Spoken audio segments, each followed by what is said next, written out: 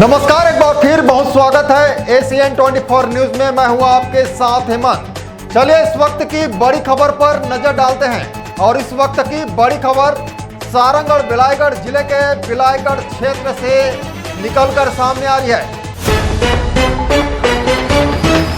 जानकारी के अनुसार गाटाडीह वन परिक्षेत्र अंतर्गत नारबंद हरदी के जंगलों में हाथियों का लगभग 24 सदस्यीय झुंड देखा गया है। यह झुंड भड़िसार भकुर्रा के जंगलों से यहां पहुंचा है।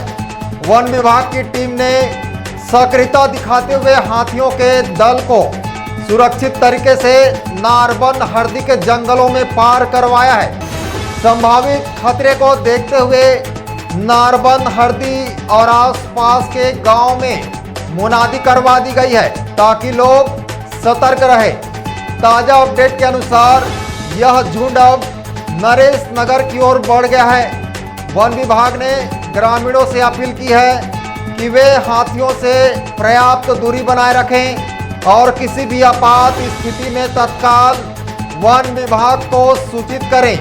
किसी भी प्रकार की छेड़छाड़ या नजदीक जाने से बचें।